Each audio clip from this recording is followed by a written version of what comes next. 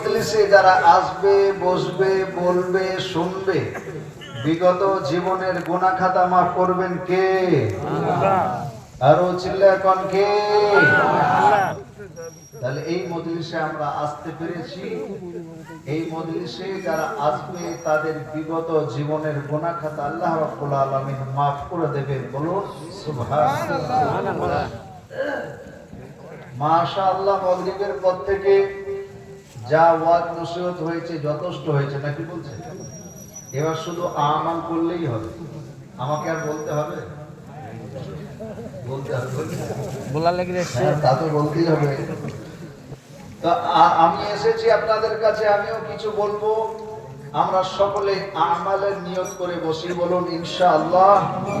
যা কিছু আমরা শুনবো তার প্রতি কি করবো? আমরা সকলে আমাল করবো, বলুন ইনশাআল্লাহ।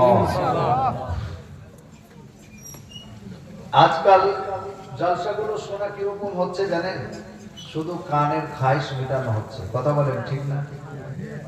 জলসা শোনা কি হচ্ছে? হ্যাঁ, কালকে সকালবেলায়